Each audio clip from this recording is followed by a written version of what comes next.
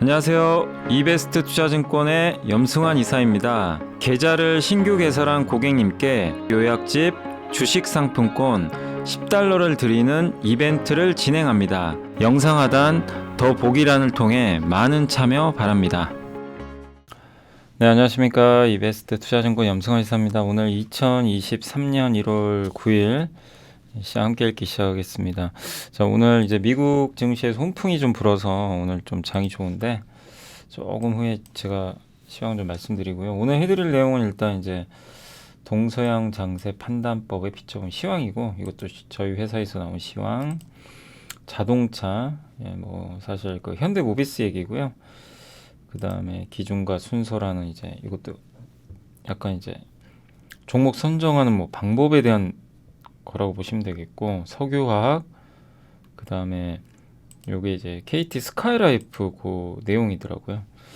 그 다음에 LG전자, 삼성전자, 그 다음에 이제 실업률, 또 효성첨단소재, 현대해상, 인터로조, 아바코, JB금융지주, FNF, CJ전자. 오늘 정말 많습니다. 오늘 월요일이다 보니까 보고서들이 많고, 사실 여기 소개 안 해드린 것도 되게 많은데 이제 제가 좀 추려본 거니까 참고해 주시면 좋겠습니다. 뭐 진짜 다 소개하면은 하루 종일 한 4시간, 5시간 해야 되기 때문에 방송만 그렇게 할 수는 없는 거죠. 이런 내용이니까 참고하시고, 먼저 이제 요거는 뭐 보고서 내용은 아닌데, 미국의 이제 뱅크 오브 아메리카에서 미국이 좀 약간 부진할 것 같다 올해는, 이제 그 내용인데, 사실 지난 10년간 미국이 너무 좋았기 때문에 좀 이게 뭐 물론 틀릴 수도 있지만, 한번 요거는 이제 미국 BOA에서 뱅크 오브 아메리카가 적은 걸 저기 이제 엄브렐라 리서치라는 곳에서 올리셨더라고요. 그래서 요약해가지고 한번 말씀드리면, 제로금리 시절에는 미국 성장률들이 각광을 받았는데, 이제 고금리의 스태그플레이션 시대, 지금 이제 경기는 안 좋은데 금리가 올라가니까 이제 오히려 저금리에는 플랫폼이 맞죠. 근데 이제 고금리이기 때문에 이제 그 신흥국 주식이 더 낫다, 요 내용이고, 그 다음에 중국은 회복될 거고요, 그죠? 그 다음에 4분기 기준 테크 업종 비중이 미국이 40%, 다른 나라들은 더 작아요. 테크라는 거 여기 이제 빅테크 같은 걸 얘기합니다. 플랫폼. 근데 아직은 뭐 테크 매도가 많지는 않다. 그래서 만약에 나오면 더 어려워질 수 있다는 얘기고, 바이백은 자사주 매입 같은 건데 요거를 엄청 했어요 그동안. 근데 이제 자사주 매입을 하면 세금을 부과한다고 합니다. 참 아이러니하죠. 근데 반대로 요즘에 우리 한국은 좀 주주환원에 대한 얘기가 많이 나오잖아요. 그동안 너무 안 좋았기 때문에. 그러니까 상대적으로 미국은 그동안 얼마나 자사주 매입을 많이 했습니다. 소각까지. 근데 이거 하면 이제 세금 부과한다는 얘기가 있어서 이것도 이제 미국 증시 부담이죠. 또 에너지는 지금 고유가 시절에는 미국이나 사우디가 유리한데, 지금은 이제 고유가가 좀 끝나가고, 그것도 저유가는 아니에요. 그렇지만 이제 작년보다는 유가가 저유가죠. 그러면 어떻게 되겠습니까? 한국 같은 나라들한테 훨씬 유리하고, 전쟁이나 이런 것들도 위험이 줄 거고요. 그 다음에 미국 주식으로 22년도에 너무 쏠렸대요. 유럽에서 돈이 나가서. 그럼 어떻게 되겠습니까? 정상화 되겠죠. 그래서 이런 이제 이유들을 들어서 이게 맞다가 아니라, 미국이 조금 더 약간 부진할 수도 있다, 이런 내용이니까 이거는 그냥 참고 정도로만 해주시면 좋겠고, 그러니까 이대로 된다면 한국한테 유리한 거죠, 되게. 그리고 DB금융투자 강인기 연구님은 한국 주식시장은 이제 역실적 장세 중반에 위치했다. 요즘에 무슨 얘기냐면, 삼성전자가 지금 실적 안 좋은데 막 급등하고 있어요. 되게 아이러니하죠. 실적 안 좋으면 빠져야 되잖아요, 원래는. 근데 역실적 장세가 특징입니다. 왜냐, 이제 앞으로 실적이 좋아질 걸로 예상을 하는 거죠. 그래서 주가가 먼저 올라가는 거고요. 그래서 DB금융에서도 한국 주식시장 상승 의견을 제시하는 이유는 역실적 장세의 중반을 지금 지나고 있기 때문에, 요게 좀 지나가고 있기 때문에 일단 그런 측면에서 보면 주식시장은 부정적으로 볼 필요 없다는 거죠. 이게 처음에 모든 게 망가져서 이제 돈을 풀 때, 코로나 때죠. 이때가 이제 그 금융장세죠. 실적은 안 좋아요. 근데 어떻게 됩니까? 나중에 실적이 따라옵니다. 근데 금리도 올라가요. 근데 이때는 실적이 더 높으니까 금리를 무시하고 가는데, 어느 시점에서 이제 금리가 계속 올라가면 경기가 둔화되거든요. 그러니까 못 버티는 거죠. 실적이 좋더라도 금리 상승이 더 빠르니까 주가가 먼저 빠져버려요. 그리고 역실적 장세. 이제 그 후로는 그 실적 지금 곤두박질 치고 있죠. 주가는 이미 떨어져 있고 지금 우리나라는 여기에 있다는 거죠. 근데 그 다음에 금융장세입니다. 금융장세는 다시 금리를 낮추는 거죠. 근데 그게 아직 시작은 안 했지만 올해 하반기에 낮출 수도 있고요. 근데 적어도 올해 상반기에 끝나죠. 이 금리 인상 기존 끝나니까. 그리고 하반기부터는 경기 회복 얘기도 나오니까. 그러면 어쨌든 이제 금융장세가 얼마 남지 않았다. 뭐 그런 내용이라고 보시면 되겠습니다. 그러니까 지금 역실적 장세 후반부라면 그게 맞다면 주식을 파는 장세가 아니에요. 역실적 장세 후반부는 다음을 준비하면서 주식을 늘려가는 시기입니다. 마치 여기랑 반대죠. 실적 장세 후반부는 주식을 팔아야 되는 것처럼 어떻게 보면 그거랑 정 대치된다. 근데 어렵죠. 안 좋은 얘기밖에 없으니까 투자하기는 어렵지만 이제 그런 장세고 이게 보면 그 코스피거든요. 이 녹색 선이 이때 아시겠지만 정말 이때 코스피가 높았을 땐 이익 증가율도 높을 텐데 어쨌든 금융장세로부터 이때 시작을 해가지고 코스피가 쭉 올라갔다가 실적 좋아졌죠. 실적 장세. 그리고 이제 역실적 장세. 그죠? 이제 마이너스 증가했죠. 이익 증가율이 둔화되면서 이제 아예 마이너스까지 시작이 됐고 여기 중반부를 넘어간다면 지금 뭐 나쁘게 볼 필요는 없다. 그 내용입니다.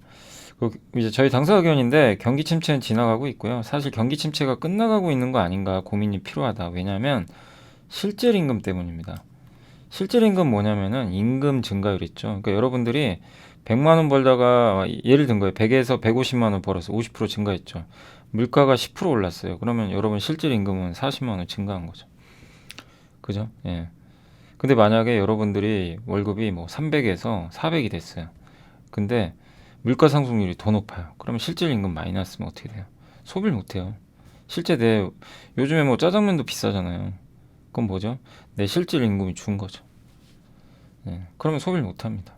그래서 지난해 안 좋았던 이유 중에 하나가 이 물가 때문인데 물가 너무 오르니까 실질 임금이 급락을 해버린 거예요. 네, 그래서 지금 실질 임금이 근데 돌리고 있대요 다시. 요로 했다가요 이렇게 된다고 합니다. 그리고 물가가 더 빠질 수 있다고 보는 이유는 주택이 꺾였어요. 신규 임대 주택 지표 있죠. 요게 꺾였습니다. 실제.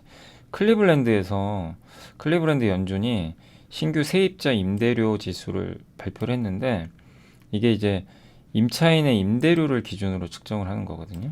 예, 근데 이게 새롭게. 근데 이게 이 신규 세입자 임대료 지수가 작년 2분기에 11.8에서 6.02%로 급격하게 떨어지고 있어요. 그리고 킹달러도 좀 꺾이고 있고 미국의 신규 주문 재고 지수가 마이너스로 접어들었다는 건 미국은 그동안 좋았거든요. 상대적으로 다른 나라보다. 미국이 꺾인다는 건 근데 중국과 유럽은 살아나요. 미국은 꺾이고 그럼 어떻게 돼요? 이쪽이 더 좋죠. 그럼 달러는 꺾여요. 달러는 미국이 더 좋을 때 강한 거죠. 긴축하고. 근데 그건 것들이 이제 끝나가니까 어떻게 됩니까? 달러가 약해지는. 달러가 그래 지금 환율 1250원 왔잖아요. 예, 급격하게 꺾이고 있어요. 그러니까 영원한 건 정말 없죠. 예. 그리고 미국의 성장률 훼손 속도가 더 가팔라질 거고 미국 외는 살아나고 이러면 달러가 약해지잖아요. 외환보유액이 증가합니다. 외환보유액이 증가하면 무역수지가 개선돼요. 경상수지가. 근데 우리나라는 작년에 아시겠지만 무역수지 악화되고 그 이유가 에너지 비용 너무 올랐죠. 수요는 둔화되죠. 뭐 정말 최악이었죠. 환율까지 올라가니 비용은 더 늘어나고.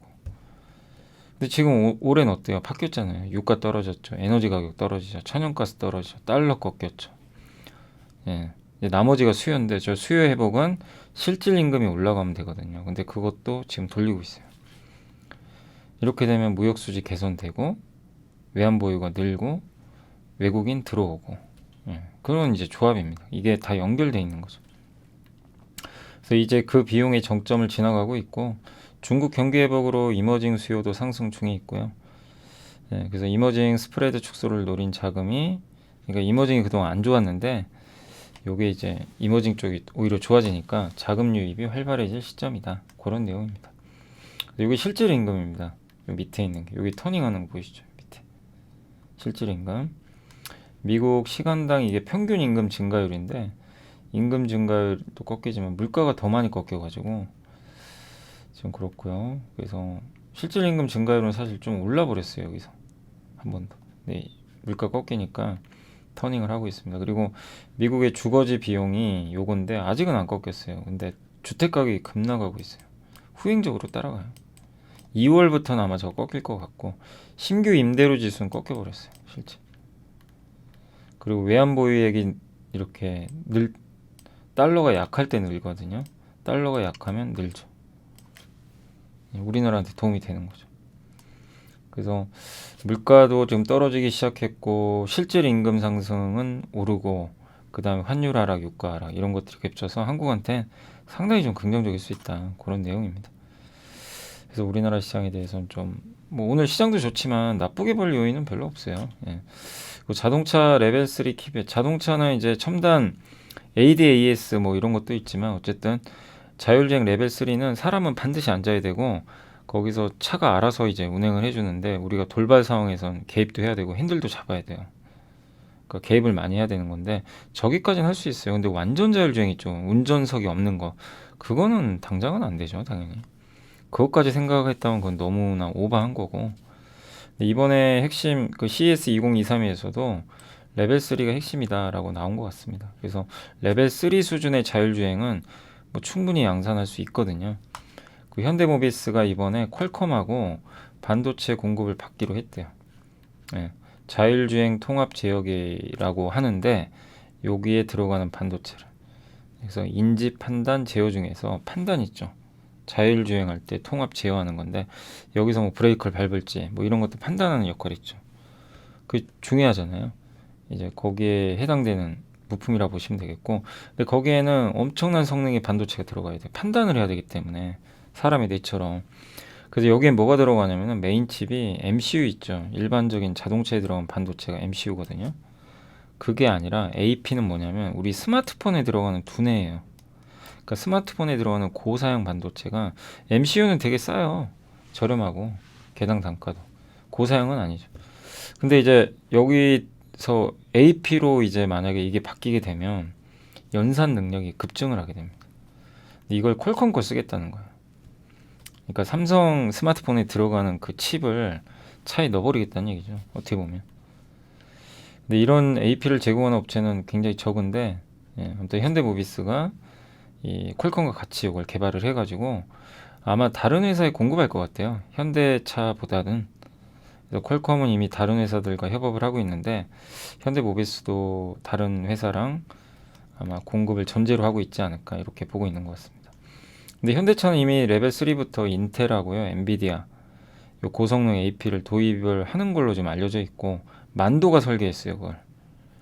그러니까 이제 투 트랙으로 갈 것 같아요. 만도랑 인텔, 엔비디아 중심으로 하나 가고 또 한 축은 이제 현대모비스, 퀄컴 진영으로 갈 텐데 이게 현대차 그룹에 또 납품을 할지 그건 모르겠습니다. 그렇지만 현대모비스, 퀄컴은 아마 이번에는 외부 고객사에 납품을 하지 않을까. 이런 좀 기대가 있는 것 같아요. 근데 이건 이제 극비 상황이니까 회사 내부에서도 안 알려줍니다.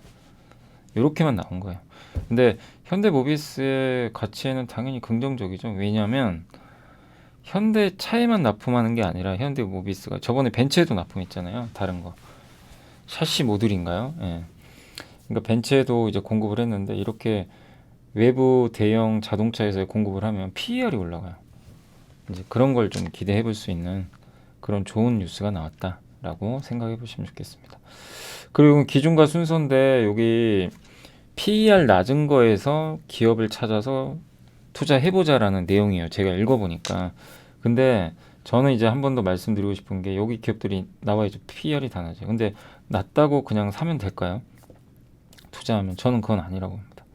제가 이제 빨간색으로 표시해놨지만 저걸 투자라는 건 아니에요. 한번 공부를 해보시라는 거예요. 싸면 싼데 이유가 있어야 돼요. 근데 앞으로 싼 이유가 해소된다. 그러면 투자해도 돼요. 그게 틀릴지라도. 그리고 현금도 좀 많으면 좋고 밸류도 좋고 충분히 낮고 악재가 다 반영됐는지 더 나쁠 거 없는지 이걸 봐야 돼요. 화신은 자동차 부품주죠. 그러니까 이제 부품주는 그렇게 나쁘진 않은데 싸긴 싼데, 그리고 저기서 일회성 이익인지도 보셔야 됩니다. 예. 저게 PER을 고지고대로 믿으시면 안 돼요. 아시죠? 순익 기준인데, 예, 너무 막 믿으시면 안 되고, 저게 진짜 이익인지 그런 것도 한번 검증해야죠. 근데 아마 진짜 이익이겠죠. 예상이니까. 그러겠죠. 거기에 뭐 일회성은 빠져 있겠죠. 그래도 이제 그런 거 꼭 체크해 보시고. 그래서 예를 들면 현대제철 같은 건 이런 거예요. PER 되게 2.79배밖에 안 되죠. 주가도 빠져 있고. 근데 이거죠. 더 나쁠까? 뭐 더 나쁠 수도 있어요. 예, 뭐 철강 업황이라는 게. 근데 PER 2.79배, PBR은 0.2배인가 그거밖에 안 돼요. 근데 좋아질 게 있어야 올라가거든요. 그러면 현대제철의 전방 산업은 어디예요? 저기 중국이죠. 중국의 철강 가격이 올라야 됩니다. 수요. 근데 적어도 올해는 중국이 부양책을 쓸 거란 말이에요. 그죠? 예, 그런 거 보면 괜찮다는 거죠. 나빠 보이진 않죠. 예. 이제 그런 걸 이제 고민해보는 거. DB하이텍도 예를 들면 정말 안 좋아요. 그냥 끝도 없이 빠지는데 올해 하반기부터 글로벌 경기가 회복되고 중국이 살아나고 수요가 금리 인상이 멈출 거고 그럼 어떻게 될까요? 적어도 하반기부터는 조금씩 개선될 수도 있어요. 뭐 그 후에 개선될 수도 있지만 근데 DB하이텍 같은 경우 PER이 만약에 2.6배다. 예, 그럼 어떻게 봐도 되죠. 나쁘지 않은 거죠. 이제 더는 상반기까지는 안 좋아도 올해 하반기엔 좀 뭔가 바뀌지 않을까? 틀려도 이제 그런 식으로 보는 거죠. 근데 앞이 안 보이면 하면 안 됩니다. 그리고 여기서 코오롱 글로벌 같은 경우는 저는 이제 조금 이제 여러분이 약간은 보수적으로 보셔야 되는 게 왜 그러냐면 네옴시티 때문에 엄청 올랐잖아요. 아니 저 이익 여부를 떠나서 주가가 바닥에서 그냥 수직으로 이런 건 제외해야 된다고 저는 생각해요. 기업의 내용을 떠나서. 왜냐면 네옴시티로 한번 급등을 해버렸어요. 그러니까 그런 건 제외. 그러니까 이마트도 아직은 온라인 쓱닷컴이나 물론 이런 게 요즘에 조금씩 이제 살아나는데 그 3조 원 들여가지고 G마켓 인수했는데 아직 성과가 없잖아요. 계속 비용 부담 들 테고. 그죠? 그리고 대형마트가 계속 좋아질까? 이제 여기에 대한 것들도 있고. 그러니까 여러분들이 이 안에서도 뭐 예를 들면 대우건설이나 GS건설도 아직까지는 PF 부담이 좀 있잖아요. 예, 그런 것들도 있을 거고. 그러니까 요것만 보고, 그러니까 어떤 이제 보고서에서 저런 게 나온다고 여러분들이 무조건 난 사봐야 되겠다. 여기 있는 거 그냥 다 이러면 안 되고 여러분들만의 기준을 가지고 전환 사채는 있는지 제가 다 알려드렸잖아요. 그런 거 보는 뭐 PBR 밸류는 어느 정도인지 올해 그래도 조금이라도 좋아질 건지 배당은 주는지 이걸 선택을 해서 없으면 안 하면 돼요. 그죠? 근데 이제 많은 분들이 이런 거 보면은 신문에도 이런 게 나오니까 그냥 막 사요. 그러지 마시란 얘기입니다. 그걸 꼭 전달해 드리고 싶어서 이렇게 말씀드린 거예요. 자, 계속 석유화학은 제가 읽어보니까 안 좋아요. 뭐 좋은 건 아닙니다. 아직은. 근데 바닥은 찍은 것 같아요. 수요도 조금씩 늘기 시작할 것 같고 왜냐면 최대 수요처가 중국인데 중국이 지금 살아나잖아요. 예. 그래서 1분기 또는 2분기 바닥으로 조금씩 좋아지지 않을까. 작년에 정말 최악이었지만 유가가 급등하면 안 되고 근데 유가가 급등하지 않는다면 긍정적이다. 예. 왜냐하면 원유를 베이스로 하니까 만드니까. 그래서 아직까지는 구조적으로 성장을 못합니다. 증설도 많고 수요는 여전히 부족하고 다만 우리 다 아는 내용이에요. 이거 뭐 모르는 건 아닙니다. 악재는 다 알고 있고 중국이 예상보다 강력한 경기 부양을 하고 그 만약에요 뭐 중국의 부동산도 세게 나와버리면 이게 바뀌어버릴 수 있어요. 이런 가정들이. 예. 그러니까 이제 이런 부분은 우리가 주목을 해봐야 되겠죠. 그래서 업사이드 리스크가 클 수 있으니까 보시고 상대적으로 금호석유랑 효성 TNC가 재무가 좋기 때문에 좀 선호한다라는 그런 내용입니다. 그래서 석유화학도 뭐 일단 괜찮을 것 같아요. 예, 워낙 빠지기도 했었고 뭐 나쁘게 볼 건 아닙니다. 예, 다만 이제 기업별로 옥석을 좀 가리셔야 될 것 같고 현대차증권의 김현영 연구원님의 애니콜에서 애니컨텐츠인데 KT가 통신사지만 그 저번에 우영우 이제 드라마 빅히트를 쳤잖아요. 그래서 예, 좀 드라마 사업을 강화한답니다. 그래서 KT 스튜디오 진이 ENA 채널 운영하는 KT 스카이라이프 있죠? 거기 그 위성, 위성 TV 여기 채널 사업 운영하는 데가 스카이라이프 TV인데 요거를 핵심으로 해가지고 국내에서 네 번째로 그 자체 플랫폼을 갖춘 드라마 제작사 사업구조 확립했더니 드라마 많이 만들겠다는 얘기예요. 12편에서 25년도에 26편까지 드라마를 제작하는 목표를 설정을 했다고 합니다. 그래서 그렇게 보시면 되겠고, 채널 E&A와 파트너십 OTT 티빙을 주력 유통 채널로 하고 추후 외부 OTT, 그러니까 채널 E&A가 주요 채널이죠. 이제 만들어서 거기다 납품을 하고 OTT 티빙하고도 제휴를 맺었어요. KT가 시즌. 예, 합쳤죠. 티빙하고 시즌이란 OTT를. 그럼 거기다가 이제 이 두 군데 먼저 넣어놓고 이제 외부면 어디예요? 넷플릭스 같은데. 그럼 가치가 커지겠죠. 근데 KT가 지원 사격을 하니까 의미가 있는 것 같아요. 그래서 스카이라이프가 이제 그런 사업을 이제 하고 있기 때문에 어떻게 보면 이제 컨텐츠 좀 통신주 탑픽으로는 스카이라이프를, 그러니까 통신이어서가 아니라 이 컨텐츠 제작사로서 좀 보고 있는 것 같습니다. 그래서 PER은 5.3배로 투자 메리트가 크다고 좀 판단을 한 것 같습니다. 스카이라이프 한번 볼까요? 이게 스카이라이프 PBR, PER인데 와 정말 많이 빠지긴 빠졌네요. 아예 그냥 주가가 가지를 못하고 있고요. 예. 그러니까 아무래도 위성방송이 성장은 못하잖아요. 대부분 IPTV로 가니까. 그죠? 예. 한때 이제 위성 접시 그거 많이들 해주셨는데 요즘엔 거의 안 보이죠, 잘. 그러니까 이제 어떻게 보면 이제 가입자 둔화에 대한 우려감 그런 것들 때문에 할인을 받는 것 같아요. 그렇다고 뭐 없어지는 건 아니죠. 다만 이제 성장은 떨어지니까. 근데도 꾸준하게 돈은 벌어요. 그죠? 돈은 잘 벌어요. 보시다시피 PR도 낮고 배당도 괜찮게 줍니다. 배당 수익률도 낮지 않고 이런 면에서는 뭐 별로 나쁠 건 없어요. 왜냐 주가가 싸니까.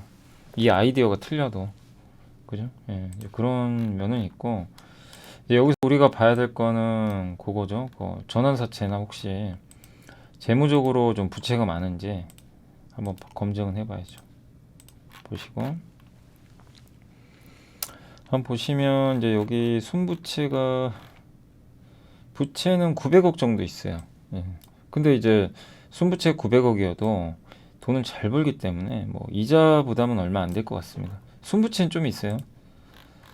있고 금융 원가가 분기당 한 13억 정도 내요. 13 곱하기 4 하면 4, 30, 50억 정도.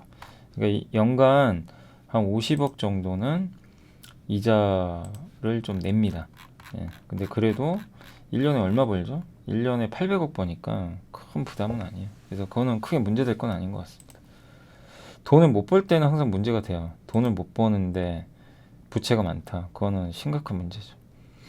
그런 케이스는 아니라서. 그리고 밸류는 되게 낮고, 그리고 한번 제가 보겠습니다. 전환사채 물량이 어느 정도 있는지 한번 보도록 할게요.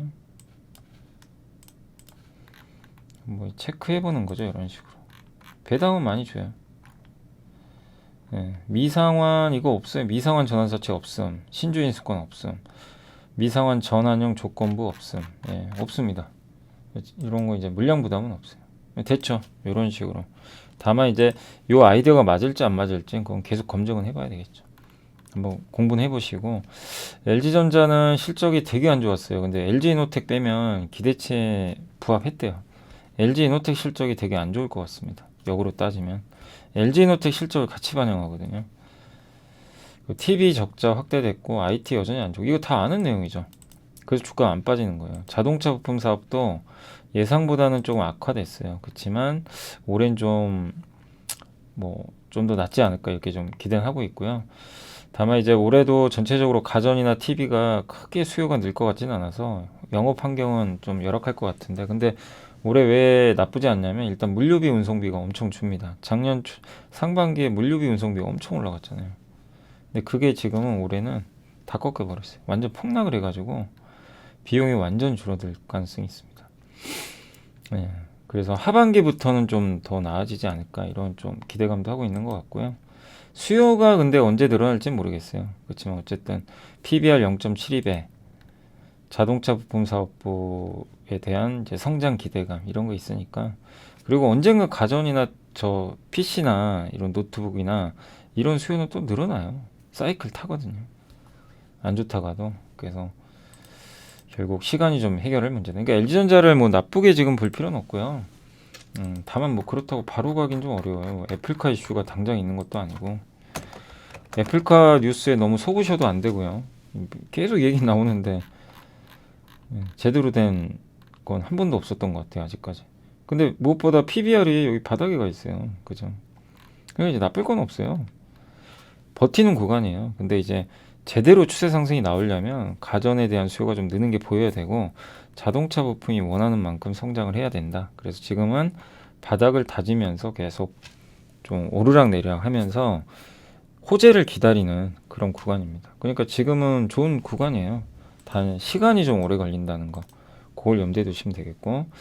그 다음에 삼성전자는 읽어보니까 뭐 그 송영석 연구원님이 이제 그동안 보고서 많이 쓰셨는데 일단 저번에도 기억나죠? 12월 달에 그때 5만 원대 있을 때 분명히 연말에는 올해 연말에는 훨씬 많이 올라가 있을 거다. 근데 그 얘기대로 지금 올라가요, 실제 벌써. 왜냐 주가가 6개월에서 9개월 후를 선반영하니까 반도체가 아마 1분기에 적자날 것 같아요. 재고도 많고 1분기 영업이익은 3.3조인데 아마 반도체는 메모리 쪽은 적자날 것 같습니다. 여기 요거는 다 그렇게 보고 삼성전자도 올해 메모리 반도체는 3조 원 이상 적자 볼 것 같아요. 메모리 반도체만. 비메모리는 흑자 봐요. 근데 여기는 이제 삼성에서는 3조 원, 하이투자는 1.5조 원 정도.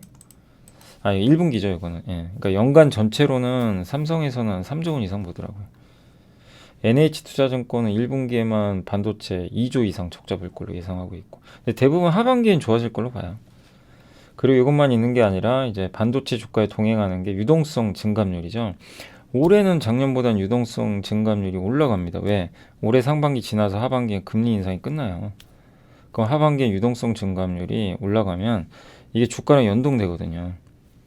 근데 이제 여기서는 아마 1분기 후반으로 보고 있는 것 같아요. 또 ISM 제조업 지수도 그 이제 터닝할 시점이 좀 다가왔다. 이게 ISM 제조업 지수 올라가면 또 반도체랑 같이 가거든요. 유동성 증감률도 10월에 마이너스 4, 1.8, 마이너스 1로 점점 이제 줄어들기 시작했고, 그리고 재작년 3월부터 빠졌거든요. 그러니까 그때는 실적이 나쁘지 않은데 왜 빠졌냐면 전 세계 유동성 증가, 금리 인상이나 이런 것들 때문에 유동성이 감소하고 막 이러면서 멀티플 PER이 낮아져서 그런 거죠. 근데 이제 이게 올해 하반기엔 바뀐다는 얘기예요. 그럼 PER이 올라가겠죠. 거기다 중국도 지금 돈 풀고 중국의 IT 수요 증감률하고 또 동행하는데 IT 수요도 증가하겠죠. 중국이 2분기부터는. 또 전 세계적으로 지금 다 많은 나라들이 이제 금리 인상이 끝나거든요. 그리고 ISM 제조업 지수가 보통 1, 2년간 하락하다가요 반등을 한대요. 근데 지금 하락한 지가 거의 7개 분기니까 이제 3개월 남았죠. 거의 7개 분기면 2년이면 28개 분기잖아요. 아니 8분기잖아요. 그래서 그 과거 통념상 보면은 이제 충분히 또 하락했다. ISM 제조업 지표도. 그리고 IT 수요 증감률도 지금 최근에 안 좋아요. 하락은 하고 있지만 중국의 코로나 때문에 중국의 IT 수요가. 근데 이거 살아나는 건 시간 문제잖아요. 그죠? 이제 이런 것들을 종합해 보면 4분기에 수요 회복되면서 반도체 가격 회복 발생할 것 같다. 그리고 올해 무엇보다 D램 생산은 증가를 안 합니다. 그죠? D램은 또 삼성전자는 계획보다 설비 투자 금액을 축소시킬 거고. 그리고 수요 증가율은 D램은 12%. 그러니까 수요는 늘고요, 공급은 늘지 않는 거죠. 물론 삼성은 그 감산을 안 할 것 같아요. 지금 분위기상으로는. 이번에도 한종희 부회장이 그 CES에서 그렇게 얘기했다고 들어요. 아직은 뭐 고려 안 한다. 뭐 그런 식으로 인터뷰를 한 것 같아요. 근데 어쨌든 뭐 1월 말에 한번 봐야죠. 실제 IR에선. 이렇게 실적이 안 좋은데. 그래서 어쨌든 그걸 떠나서라도 지금 PBR은 뭐 1.13배로 뭐 여전히 쌉니다. 오늘 올랐다 해도. 그래서 그치만 추세 상승은 아직 아니에요. 오르락 내리락 할 거예요. 왜? 수요 회복이 아직 안 보이니까. 그래서 등락을 거듭하면서 점진적으로 우상향한다. 그래서 이렇게 안 좋을 때 투자하면 되지 않을까. 지금 PBR도 낮고 여기 IT 수요 요게 전 세계 유동성 증감률이거든요. 돈이 얼마나 증가하나 이렇게 떨어졌어요. 같이 빠졌죠. 미국 ISM 제조업 지수도 이제 좀 많이 떨어져서 아마 반전을 기다리고 있고, 중국의 IT 수요 증감률이거든요. 요게 회색이 많이 떨어졌죠. 근데 요게 아마 조만간 터닝할 것 같아요. 왜? 중국이 돈을 풀 거기 때문에, 소비 부양 때문에.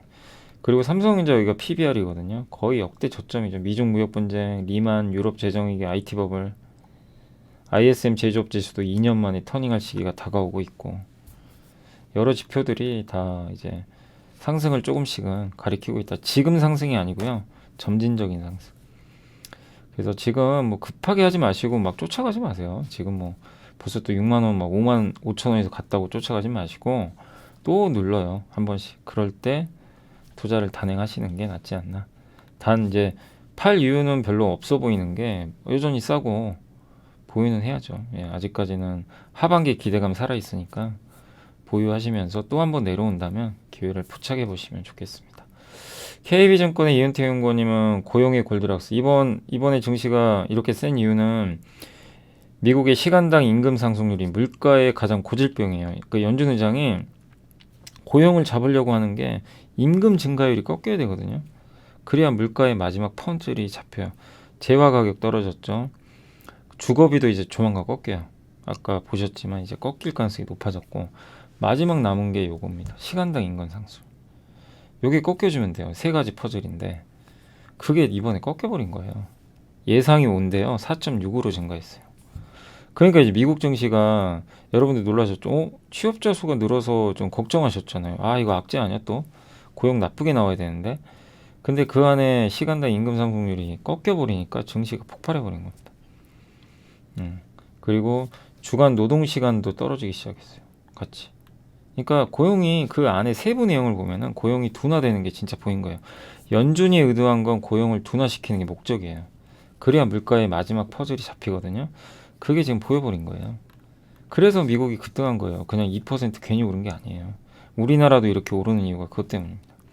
아, 이제 드디어 물가 충격 벗어나겠구나. 이제 마지막 퍼즐도 해결되는 거 아니야? 물론 성급할 수도 있어요.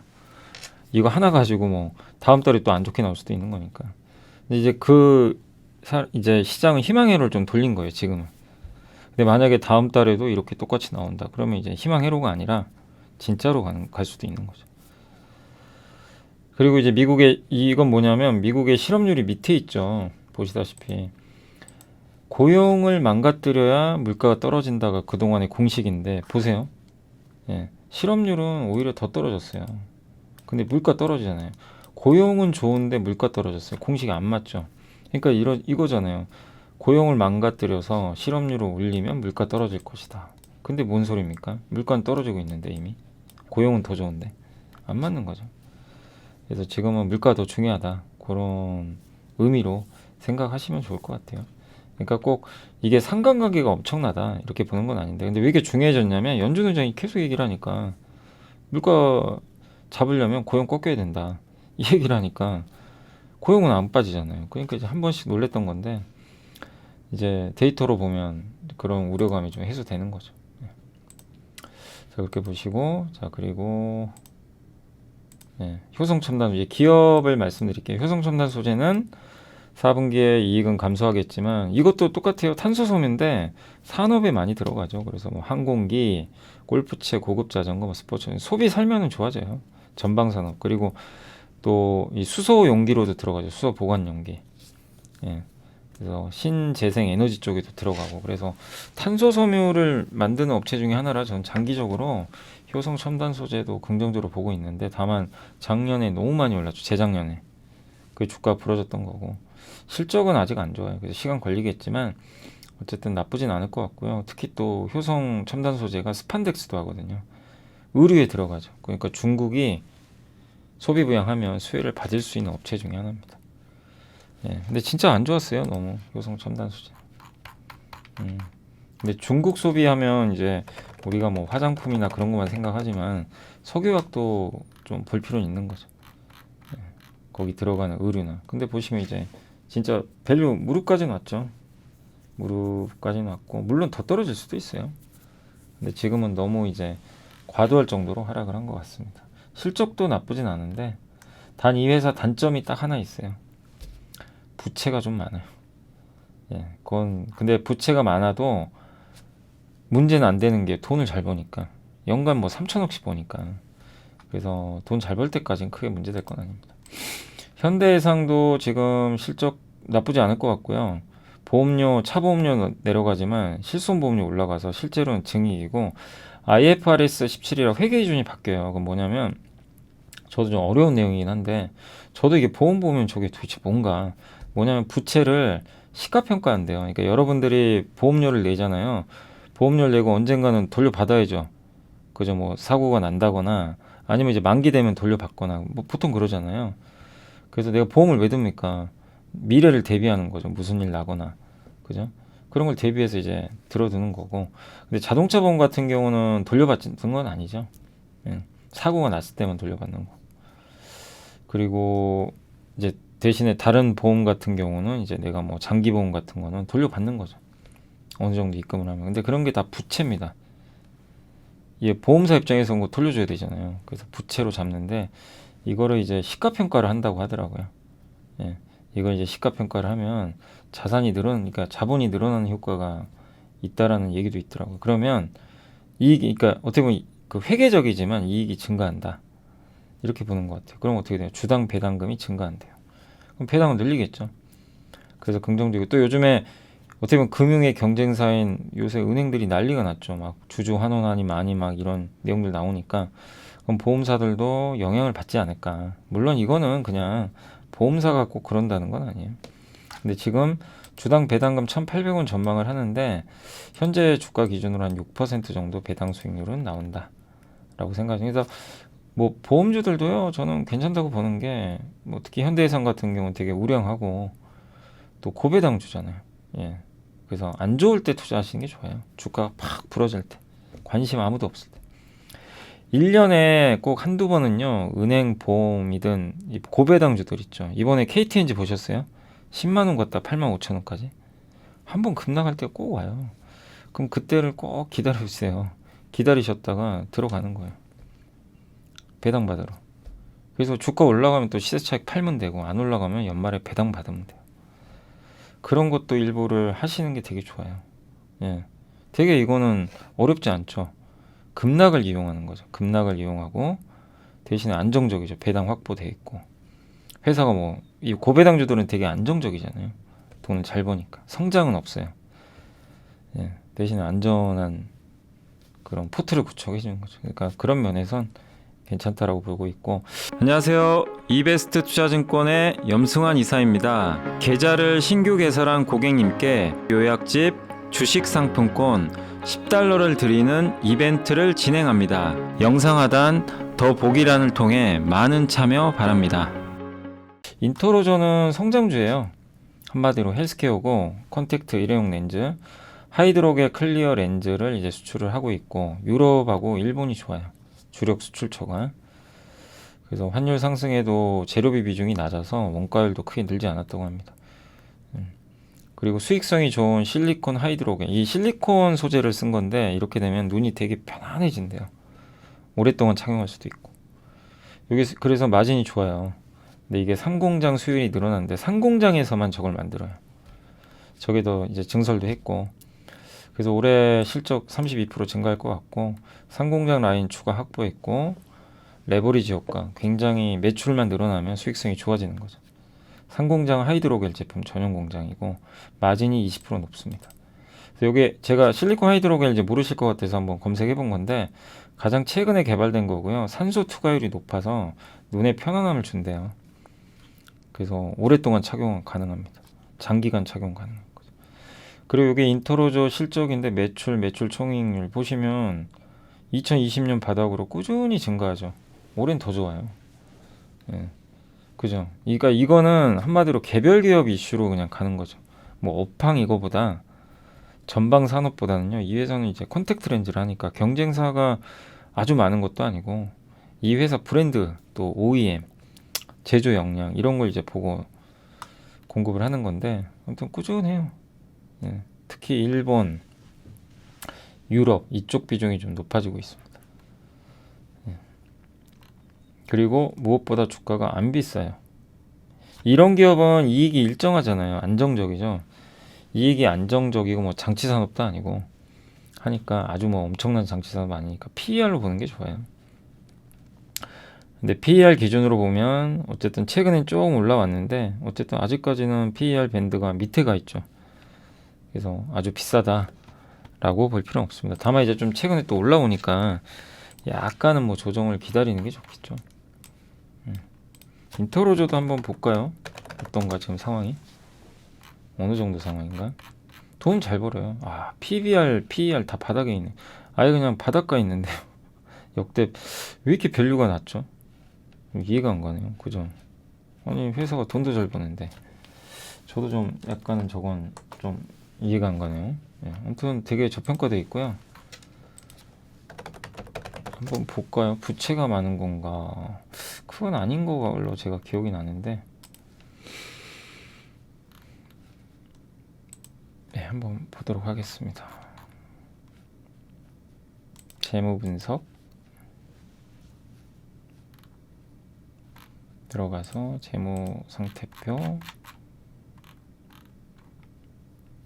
아니 부채도 별로 없어요. 200억이에요. 200억 순부채. 순부채 200억이고요 연간 얼마 벌죠 지금? 200억이고 1년에 예, 한 400억 정도 지금 벌거든요. 300억 400억 정도. 300억 400억 버는데 올해는 400억 벌겠죠. 이자 비용이 얼마냐면 연간 이자 비용은 2억밖에 안 되네요. 요게 금융 비용 중에 여기 그죠? 이자 비용 2억밖에 안 돼요. 1분기에. 근데 여기 데이터가 더 없어가지고 이건 좀 찾아봐야 되겠습니다. 근데 이자 비용이 많진 않아요. 그래서 큰 부담은 없고요. 그리고 전환사채 있는지 한번 봐야죠. 항상 요건 체크를 꼭 해보시면 좋겠습니다.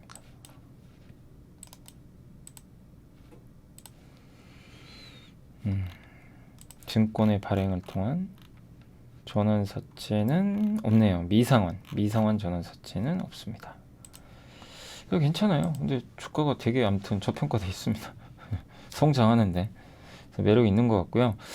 NH의 백준기 황지연 연구위 아바코는 원래 디스플레이 장비 회사인데 원래는 디스플레이 업황 너무 안 좋잖아요. 근데 최근에 2차 장비, 물류 장비 같은 걸로 수주 다변화를 성공했나 봐요. 또 롤프레스 장비라고 하는데 동박 같은 거는 쫙 이렇게 눌러야 되죠. 얇게. 예, 그래서 코팅하고 열을 가한 다음에 눌러서 두께를 줄이는 그 장비라고 합니다. 요 신규 장비 수주도 기대가 되고.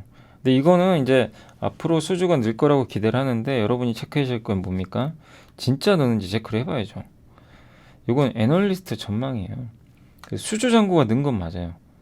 요거 여기 보시면 요게 최근 데이터가 요거거든요. 역대 가장 높죠.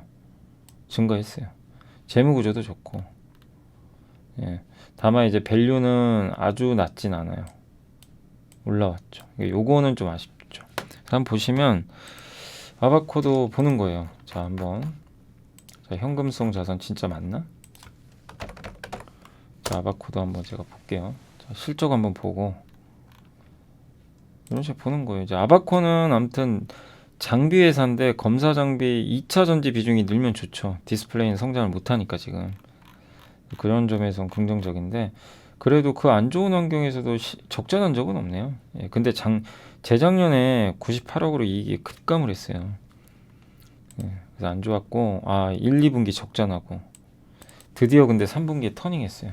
이거 의미가 있어요. 3분기에는 터닝을 했습니다. 예, 저건 괜찮아요. 예, 그래서 일단 회사가 3분기부터 좀 뭔가 터닝의 모습을 보여줬다. 이렇게 보시면 되겠고 그리고 순부채 이거는 맞아요. 현금이 많아요. 그래서 이건 합격이죠. 재무구조 아주 좋습니다. 이런 회사가 설마 전환사채는 없겠죠. 예. 기업 내용은 한번 살펴보세요. 근데 전환사채 한번 보겠습니다. 있는지.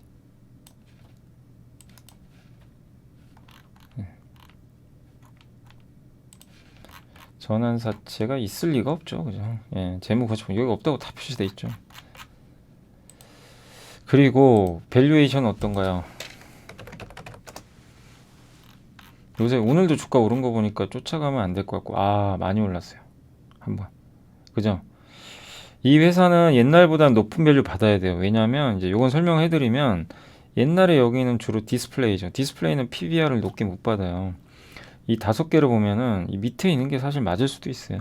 저밸류 성장을 못하니까. 근데 2차전지 검사 장비 수주가 늘어나고 올해 늘어난다 실제. 그러면 이제 밸류가 올라가야 돼요. 밑에 있을 이유가 없어요. 그래서 이 허리 라인 있죠. 이 위로는 움직여줘야죠. 적어도 저게 한 배예요. 한 배 정도. PBR 저 허리 라인이 한 배 정도 됩니다. 그래서 지금 한 배가 11,000원이거든요. 그러니까 저라면 아바코를 지금 투자하는 것보다는 11,000원 정도 올 때까지는 기다릴 것 같아요. 저라면 지금 흥분하는 것보다는. 한번 볼까요 차트? 오 많이 올랐었네요. 그러니까 여기서 2차 전지로 한번 시세를 확 줬던 것 같아요. 그랬다가 좀 빠졌죠. 예. 가장 좋은 위치는 11,000원 정도입니다. 예. 거기가 가장 제 개인적으로는 괜찮다.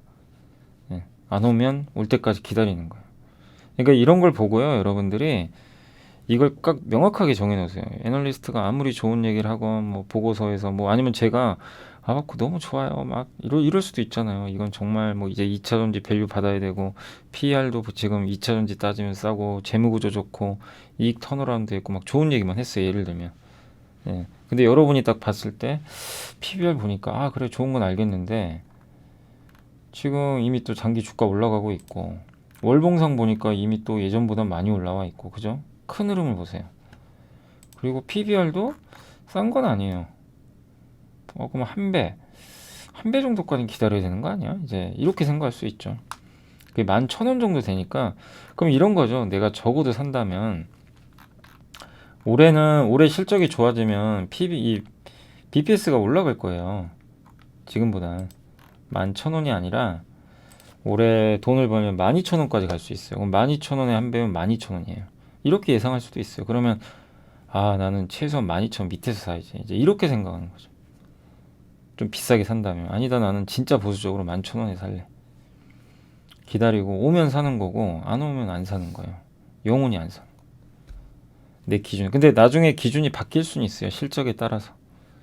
그 기준이란 거. 근데 지금 당장 그렇다는. 그러면 메모는 해놓고 기다리는 거예요. 올 때까지. 그렇게 하셔야 된다는 얘기예요. 투자를. 그래야 실패가 별로 없어요. 크게 막 당하거나 리스크가 크지 않은 겁니다. 네, 그걸 꼭 말씀드리는 거예요. JB금융주주야 싸죠. 여전히 싸요. 그냥 올라왔어도 다만 이제 좀 올라왔으니까 요새 올라가는 이유는 아시죠? 실적 좋고요. 올해도 괜찮대요. 다만 이제 요새 좀 은행주들이 저기 뭐 온라인 파트너스가 막 주주 환원해라 2월 9일까지 그 정책 발표하라고 언급을 해놨어요. 그래서 할지 모르지만 아무튼 PER도 싸고 좋고 단 은행주는 항상 그렇지만 쌀 때 사자. 은행주 뭐 좋죠. 은행주야. 예, 저도 뭐 작년에도 근데 작년에 PF 때문에 한번 완전히 한번 급락한 적이 있었죠. 그랬었어요. 그냥 완전히 무너져 버렸죠. 순식간에 아마 기억하시죠 그때 작년에 여기서요. 예 멀쩡하다가 근데 이때 그냥 모으신 분들은 승자죠 사실. 완전 승자예요. 예, 힘들었지만 왜냐면 배당도 많이 배당 한 8% 나오잖아요.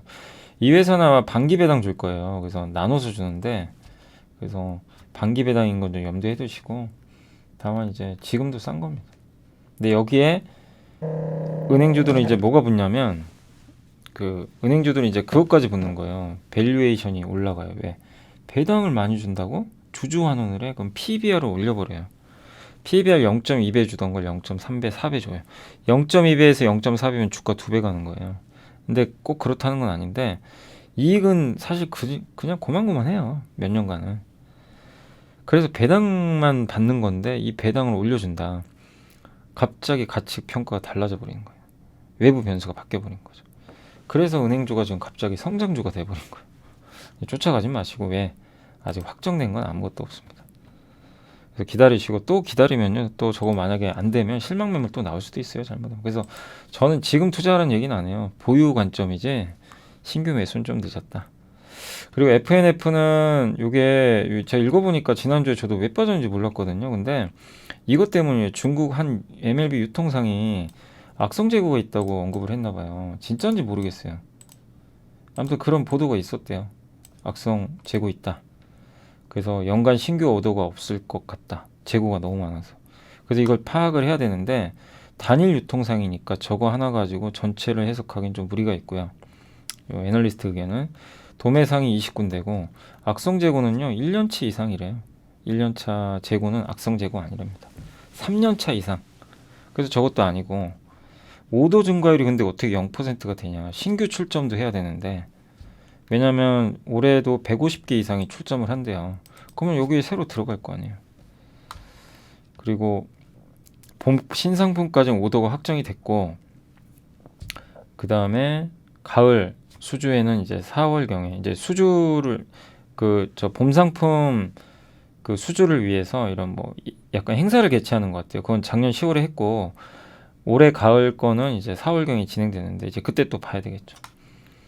그래서 이제 내수 소비 둔화는 되니까 약간 이제 매출 성장률 하향 조정하면서 목표 주가는 좀 낮추긴 낮췄어요. 그래서 단기 실적 우려 때문에 조금 주가는 부진할 수 있지만 2분기부터 회복 가능하다. 예. 그리고 중국 코로나 재확산으로 예상보다 조금 이제 4분기 실적도 좀 밋밋할 것 같다. 왜냐면 날씨가 따뜻해가지고 패딩이 좀 덜 팔렸겠죠. 예. 중요한 건 저게 진짜냐 이거예요. 모르죠. 여러분은 아세요? 저도 모릅니다.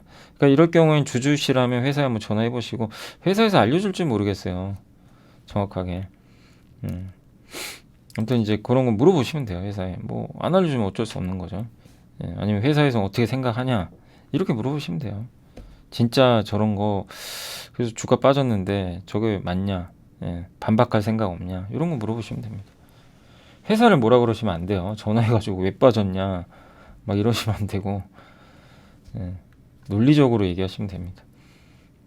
따지시면 안 되고요.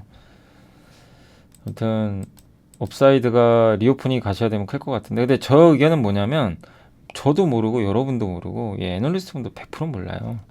그러면 사실일 수도 아닐 수도 지금 싸면 보유가 맞아요. 저거 반영해서 주가가 싸졌다 밸류가 충분히 그러면 굳이 팔 이유는 없어요. 근데 아직도 밸류가 그렇게 싸지 않으면 고민을 해야 돼요. 절반을 팔지 말지. 이건 고민을 해보셔야 됩니다. 예. 거기에 대한 고민을 하셔야 돼요. 밸류가 비싸. 왜냐면 모르니까. 언제 할 수 있냐면 이번 4분기 실적 발표 1월 말이나 2월에 할 거예요. 그때 확인이 좀 가능하겠죠. 예. 조금 더 명확한 것. 그래서 FNF는 지금은 여러분의 저도 모릅니다. 선택에 달려 있다. 혹시 갖고 계신 분이라면 다 왜냐면 저게 명확하지 않은데 100% 다 팔 이유는 없잖아요. 근데 저게 진짜일 수도 있는 거니까 가만히 또 있기도 그렇고 예. 그럼 이제 반절 정도 줄일 수도 있는 거죠. 그건 이제 선택에 따라서 밸류가 낮다? 그럼 보유하는 거죠. 네. 그래서 FNF 한번 보면 밸류상으로는 근데 되게 낮은데요. 그죠? 이게 2021년부터 밖에 데이터가 없어가지고 저도 정확히 판단하기는 좀 어려워요. 지금 PBR이 5배고요. PBR이 근데 PER이 13배. PER 기준으로 이렇게 비싸진 않아요. 근데 자산 가치 대비해서 엄청 비싼 건 맞아요. 왜냐 ROE가 워낙 ROE가 83%예요. 전 비정상이죠. ROE가 83 된다는 게 와 정말 대단합니다. 근데 저게 정상이면 50 밑으로 올 거예요. 그래서 지금 PBR 기준으로는 저는 비싸다고 생각은 안 합니다. 제 개인적으로. 예. PBR 저 ROE가 유지가 된다는 가정하에서 이익이. 근데 이제 문제는 뭐냐면 저게 사실이면 이익이 부러져 버릴 거예요. 재고가 많으니까. 삼성전자 보셨잖아요. 그냥 그 하이닉스.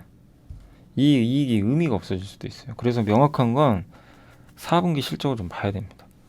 그래서 알 수는 없어요. 그래서 이건 이제 판단의 문제다.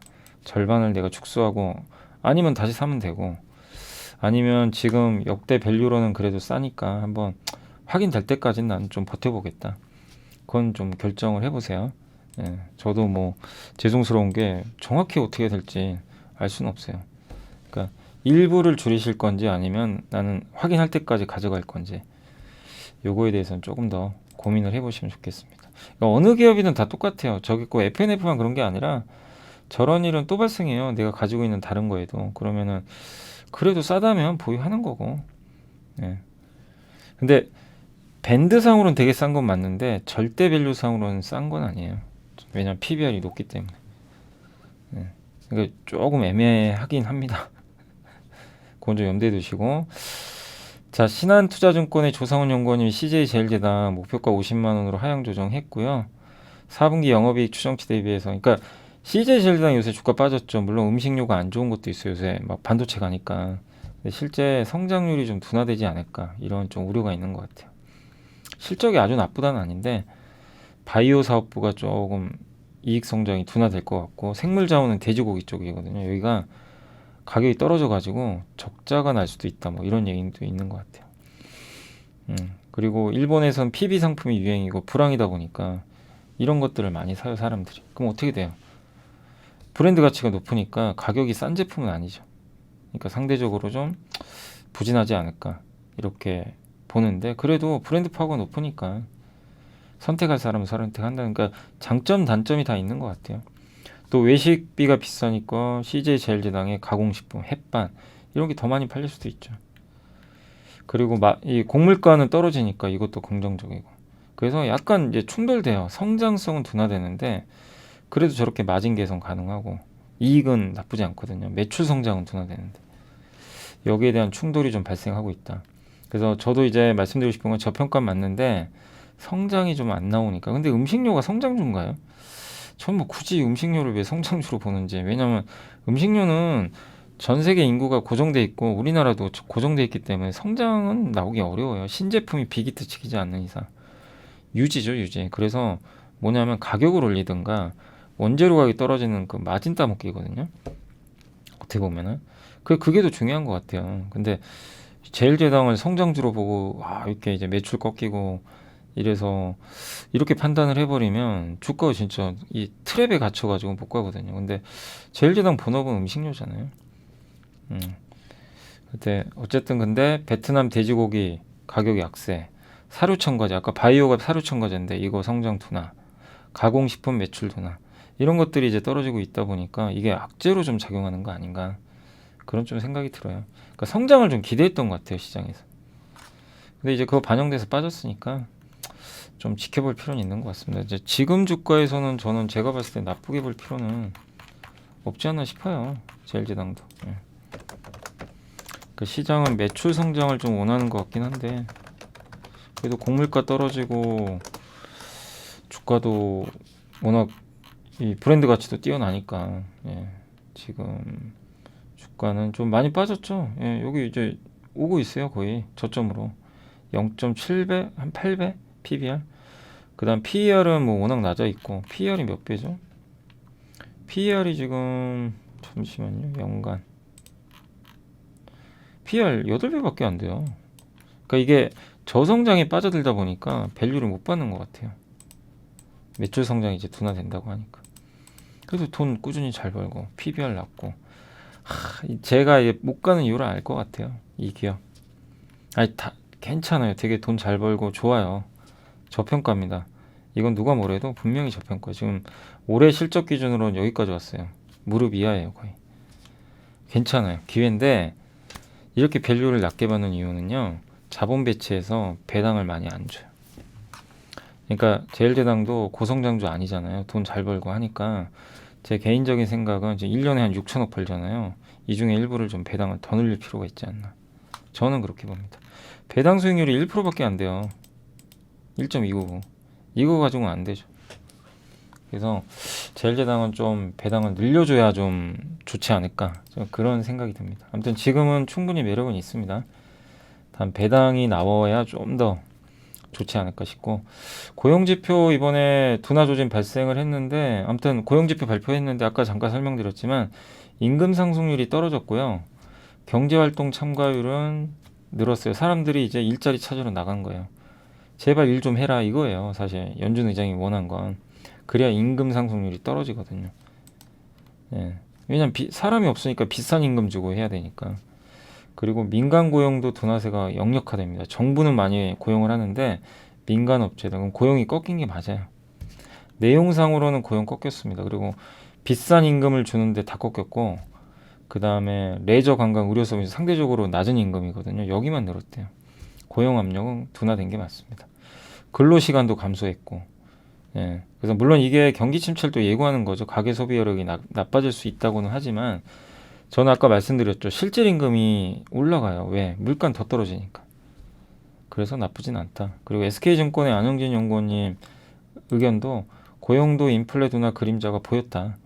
그래서 2월 달에 FMC가 이제 열리는데 그때 베이비 스텝을 하면 금리 이슈도 이제 끝날 것이다.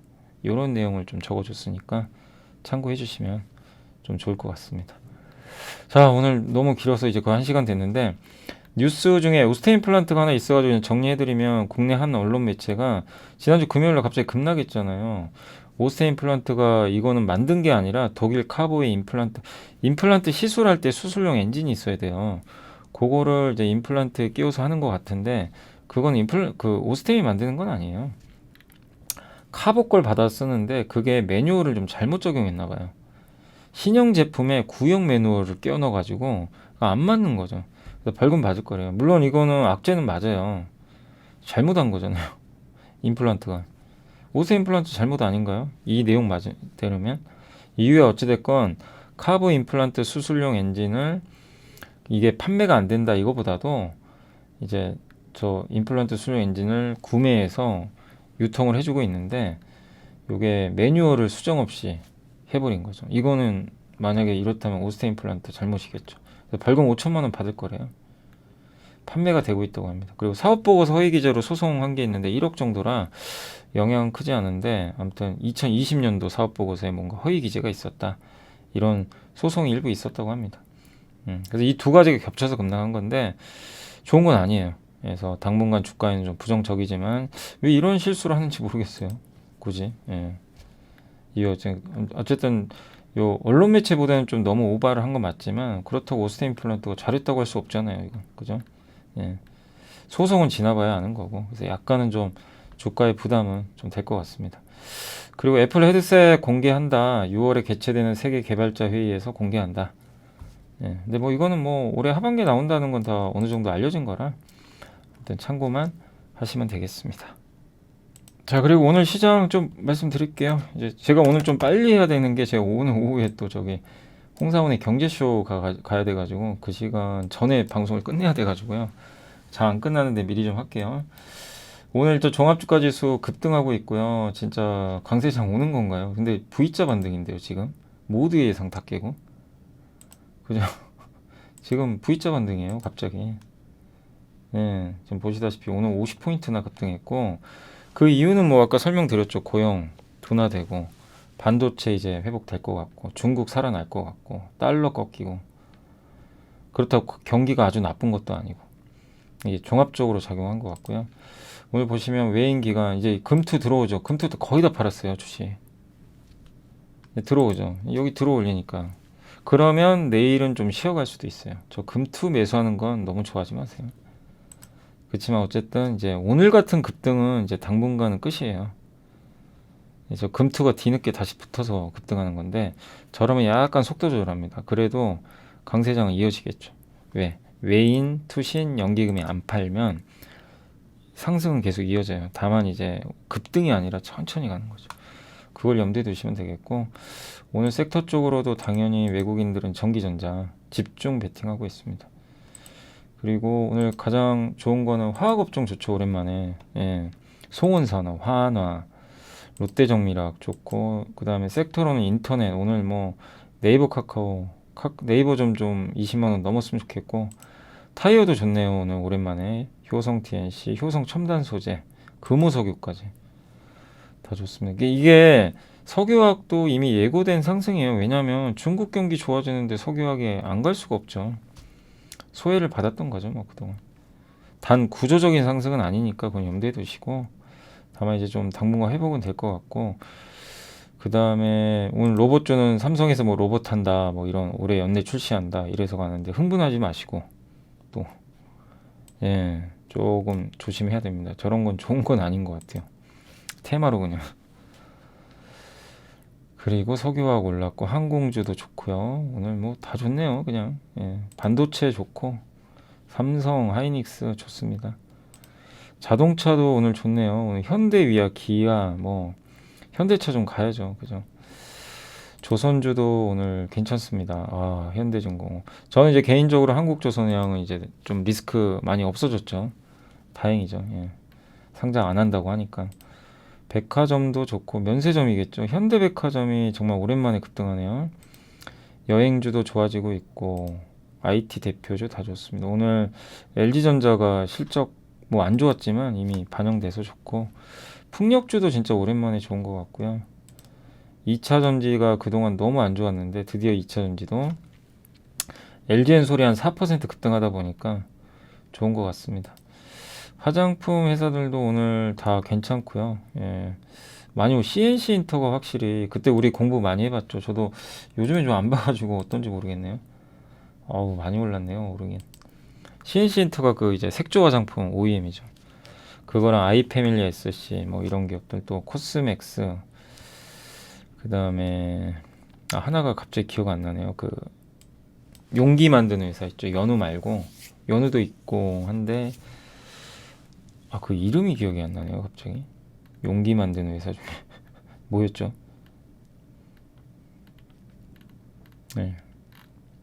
제가 갑자기 생각이 안 납니다. 펌텍코리아. 펌텍코리아 근데 좀 부진하네요. 주가가. 예. 요게 이제 용기 만드는 회사죠. 근데 요건 좀 부진한 것 같고요. 예. 철강주도 오늘 괜찮습니다. 동국제강, 뭐 현대제철, 포스코, 홈쇼핑도 좀 올라가고, 예. 다 전반적으로 좋네요. 예. 반도체 소부장도 오늘 장비주들 이제 반도체 우리 함께 배우기 거의 다 끝나가죠. 예, 좀 몇 번만 더 하면 끝날 것 같습니다. 오늘은 사이맥스가 되게 좋네요. 네, 오늘 이제 안 좋은 거는 코로나19 치료제 관련주 일부하고 손해보험 이제 방어주다 보니까 왕따 당하죠. 약간 소외받고 있고 그 다음에 이제 임플란트 회사들은 뭐 많이 올랐죠 사실 그동안. 그래서 오늘 좀 빠지고 아까 오스템 임플란트는 아까 말씀드렸지만 소송 리스크랑 오스템 임플란트 잘한 건 아니에요. 엄밀히 말하면 그잖아요. 예. 근데 이제 다행스러운 건 저게 뭐 진짜로 잘못돼가지고 판매 금지당하거나 임플란트에 문제가 이러면 큰일 나는 거죠. 근데 그건 아니니까 오스템이 만든 것도 아니고 유통 과정에서 실수가 좀 있었어요. 예, 근데 그걸 좀 바로 잡아서 빨리 수습을 해야 될 것 같습니다. 그리고 통신주 조금 약하고, 예, 뭐 그 정도 같고요. 해운주도 약간 좀 부진하고. 예. 근데 해운주도 이거예요. 최근에 급락했죠. 무슨 얘기냐면 중국 경기 살아나면요 또 올라갑니다. BDI는 요새 BDI가 급락해서 그렇죠. 또 사이클 타니까 그렇게 보시면 되겠고. 또 오늘은 해운이나 이런 통신이나 일부 저기 임플란트 빼고는 전체적으로 다 견조하다 이렇게 말씀드리고 싶고 시총 상위 기업들도 다 좀 견조한 것 같습니다. 오늘은 특별히 뭐 시총 상위는 말씀드릴 게 별로 없네요. 예, 다 그냥 괜찮아요.